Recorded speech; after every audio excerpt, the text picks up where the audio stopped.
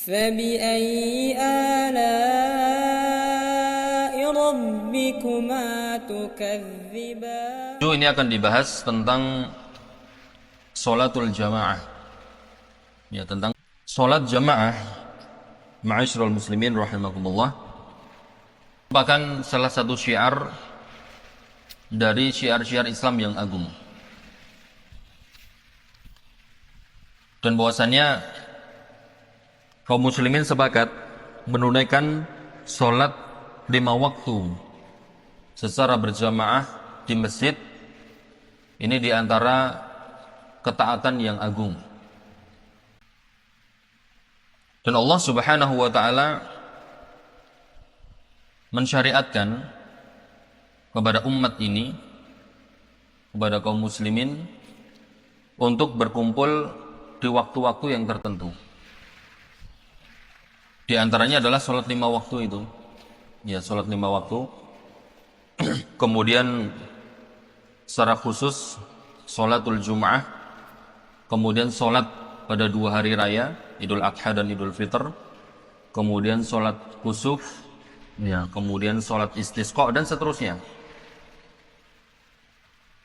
Nah, di situ salah satu tujuannya adalah itu tadi, menampakkan syiar-syiar Islam yang agung. Dan barang siapa yang mengagungkan syiar-syiar Allah, maka sungguh itu merupakan bentuk atau bukti ketakwaan hati seorang hamba. Sebagaimana firman Allah Azza wa Jalla, "Wa may yu'azzim sya'airallahi fa innaha min taqwal qulub." Dan barang siapa yang mengagungkan syiar-syiar Allah, maka sungguh itu berasal dari ketakwaan hati. Nah, tatkala kita menunaikan sholat jamaah 5 waktu di masjid, maka ini salah satu bentuk pengagungan terhadap syiar-syiar Allah subhanahu wa ta'ala. Dan itu bukti ketakwaan hati kita. Ya, bukti ketakwaan hati kita. Ketika seorang itu dia mengaku bertakwa kepada Allah, namun dia tidak menunaikan sholat jamaah, maka pengakuan ketakwaannya tersebut diragukan. Ya.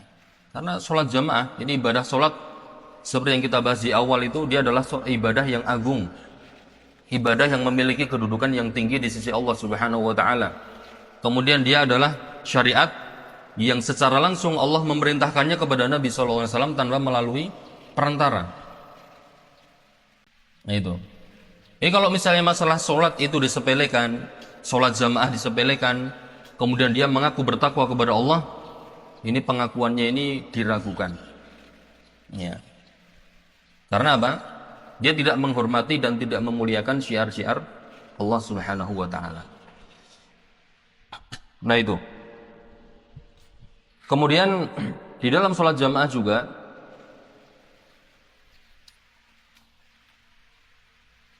di situ merupakan suatu momen untuk saling bertemu, ya, antara kaum muslimin.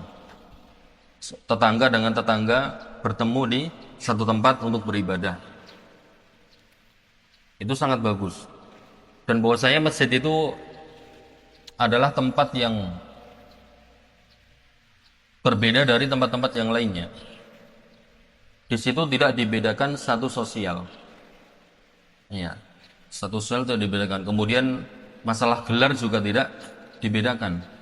Siapapun yang datang pertama ke masjid untuk sholat jamaah, maka dia berhak menempati saf yang pertama.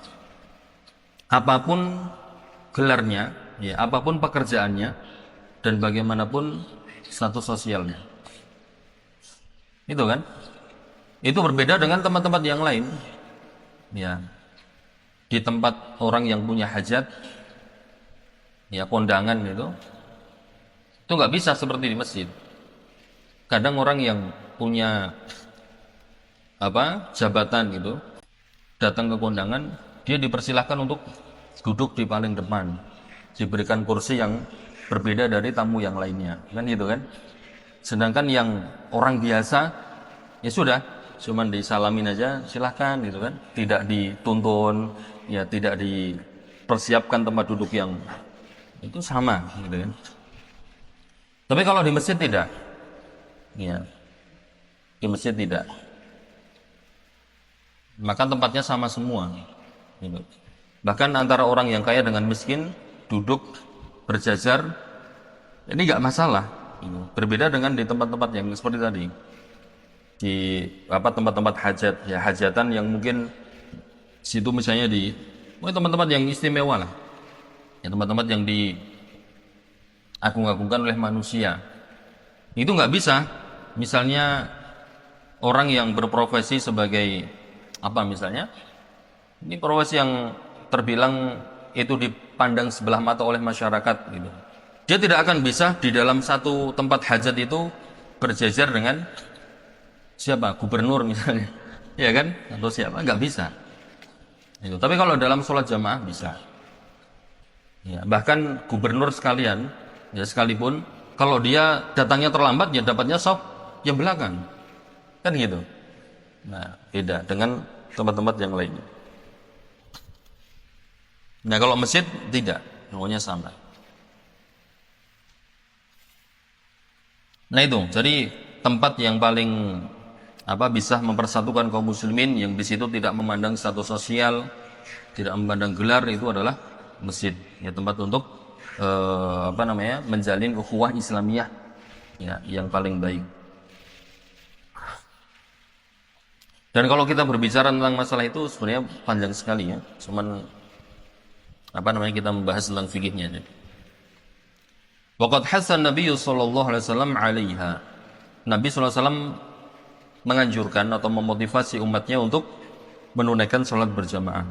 Dan beliau juga menyebutkan keutamaannya dan besarnya pahala menunaikan salat jamaah. Beliau bersabda dalam riwayat Bukhari dan Muslim, "Salatul jama'ati afdalu min salatil fadzi." Ya, bisa 27 darajah. Salat jamaah itu lebih afdal ini lebih utama daripada salat sendirian. Ya, daripada salat sendirian yang perbedaannya itu ini lebih utamanya itu 27 derajat. Ya. Jadi kalau salat sendirian mungkin dia mendapatkan sedikit ya, 1 derajat gitu kan. Nah, ketika seorang itu berjamaah maka dia lebih tinggi derajatnya. Selisihnya bisa 27 derajat.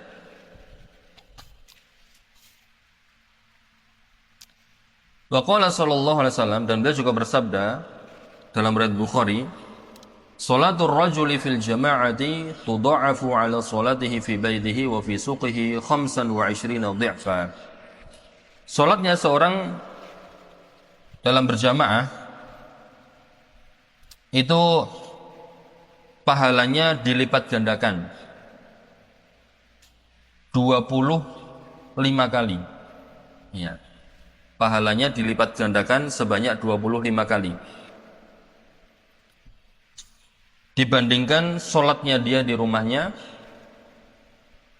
atau di pasarnya.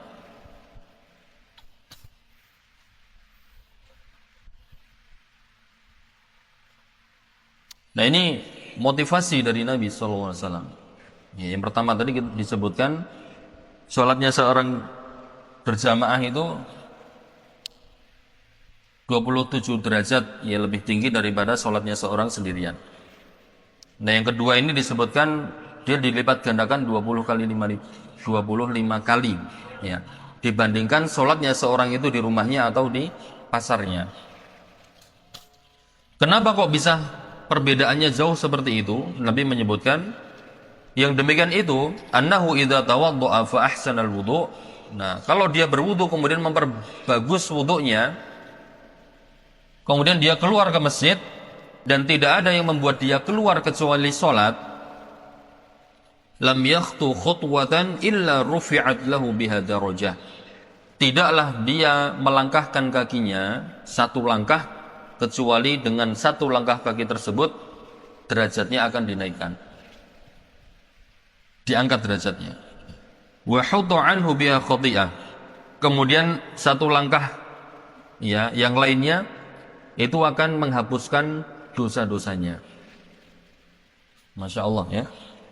Jadi gampangannya gini, kita sholat ke masjid berjalan kaki, itu kita melangkahkan satu kaki, ya satu langkah gitu, itu menaikkan derajat kita. Ya. Kemudian satu langkah lagi itu menghapus dosa kita. Kemudian lagi kita melangkah lagi, derajatnya naik lagi. Langkah lagi, dosanya diampuni lagi. Terus seperti itu. Semakin jauh rumah dia dengan masjid, semakin banyak langkahnya, maka derajatnya akan semakin tinggi.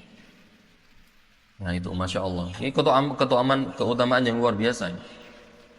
Yang paling jauh rumahnya dari masjid siapa? Siapa yang merasa rumahnya itu jauh? Nah kalau merasa jauh jangan naik motor. Iya kan? Jalan aja, itu pahalanya lebih besar. Nah, kalau saya ya qadarullah dapat tempatnya itu deket banget sama masjid gitu.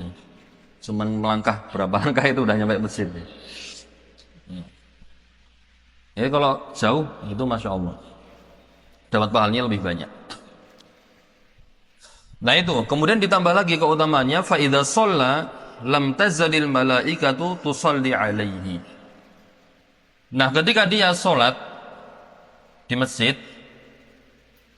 ya dia sholat di masjid, maka malaikat itu akan senantiasa bersolawat kepadanya. Ya, madama fi musallahu, selama dia berada di tempat sholatnya itu. Itu. Jadi kalau kita ke masjid kemudian tadi keutamaan dari melangkahkan kaki itu udah banyak itu kan. Kemudian masuk ke masjid, kita berdoa masuk masjid ya. Kemudian setelah itu kita tahiyatul masjid, sholat. Nah, selama kita sholat itu, malaikat bersolawat kepada kita. Ya, bersolawat kepada kita. Kemudian ketika kita selesai sholat, kemudian menunggu iqamah, selama itu pula malaikat tetap bersolawat kepada kita. Kemudian iqamah dikumandangkan, kita sholat, masih malaikat bersolawat untuk kita. Sampai kita salam selesai dari sholat, kita zikir di situ, malaikat masih bersolawat kepada kita. Ya, terus. فبأي آلاء ربكما تكذبان